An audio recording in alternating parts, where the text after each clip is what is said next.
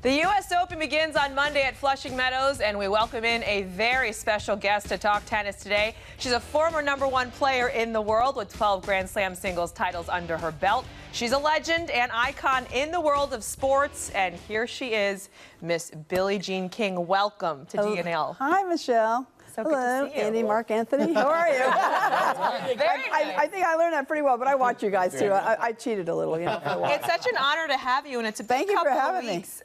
Yeah, here in New York, you know, with the U.S. A lot Open of tennis coming all up. summer. And Queens is a big deal this week and next week, but not only because of the U.S. Open, because of World Team Tennis, something that is your baby and a big initiative of yours. Tell us about it. 41st season we've had. We just finished, and our finals are this Friday at the West Side Tennis Club, Forest Hills, where we used to play the old World Team Tennis, the old U.S. Open, and it's our finals, and I think people should come out and watch. We're going to start festivities at 1, but the match starts at 3:45, and we're on ESPN and ESPN3, sorry. And so it'll be great. But I just hope they'll come out. We have, our teams are great. We have men and women on each team.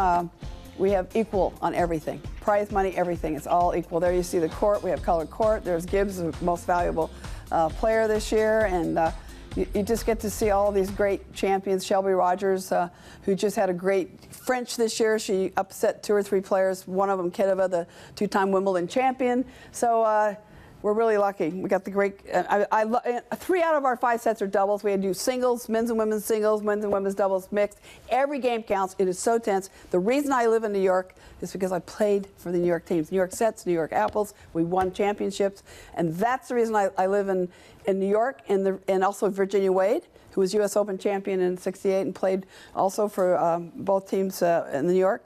She lives here because of that. Well, you won at Forest Hills, so the U.S. Open. Yes, I won Hills, quite a few of my titles there.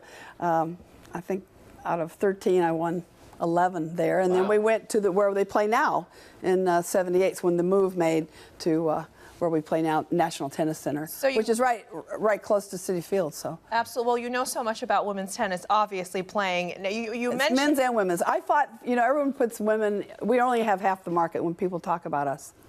You know, like, you influence this, you influence that, and I'm like, no. we fight. I fight for both. I have a brother who played 12 years of Major League Baseball with the San Francisco Giants, good slider, Randy Moffett. So I grew up in team sports, and that's why I like team better than singles. Singles is pretty empty, really. All right, let's talk about singles for a second. Let's talk about the U.S. Open. Yeah. I mean, Billie Jean, you mentioned, recently that it's too early to call Serena the greatest player ever. Oh, I know everybody's saying that because I always like to let people finish. Sorry, I didn't let you finish. No, but except for that question. What are your expectations for her? I think she'll be the greatest ever, but I like to let people finish. And in all fairness, there's asterisks. It's like, one thing great about baseball is you guys put asterisks on things. Tennis never puts an asterisk on anything. For instance, we didn't used to play the majors. We didn't play the Australian. We didn't play the French very often. So there should be an asterisk there. Rod Laver, for 5 years of his career, 20 major titles, he didn't even get to play because he was a professional. It used to be the amateurs that only got to play. So we need some asterisks there. Like Chris Evert and Martina Navratilova, the greatest rivalry ever, didn't play the Australian or the French a lot of times. Would they have had 22? Absolutely. But Serena right now is the greatest ever. What makes her great? Her serve. Her serve, and she hates to lose, and she's a great jock anyway. I mean, she's just a great all-around athlete. But she's got the gift. She grew up in Southern California. I'm from Long Beach. They're from Compton, right next door to each other.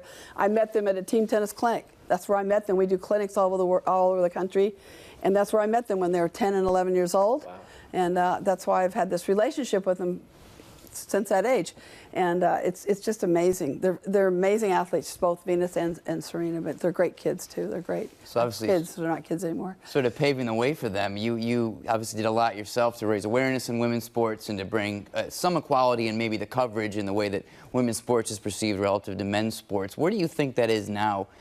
Generation after the battle of the sexes, how close are we to? We're not even in the ball game. You know, everybody thinks I played this battle of the sexes. I played it because of Title IX, and it was passed June 23rd, 1972, and I wanted both men and women to think about it. And it's amazing how I get men and women equally coming up to me since that match. But the reason I did it is I want to bring people together. And since I've been 12, I've been fighting for equal rights and opportunities for men and women, for boys and girls. I know most people don't really realize that. They don't really know, but women affect everybody just like men affect everybody. So it's important that women have voices, that's all, and also be out there.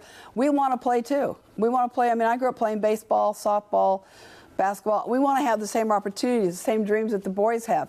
And the boys should be able to have the dreams the girls have. You need to have your dream as a child and be able to see the pathway to it. If I want to be a professional baseball player, I grew up, I can't be that.